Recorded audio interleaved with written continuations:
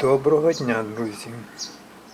До уваги щеплення весняне в розщіп. Сорт 1, просто 4 живці. Це робилося для того, щоб кінцевий результат вибрати самий сильний. Оставимо 2, а інших 2 покажуть весною.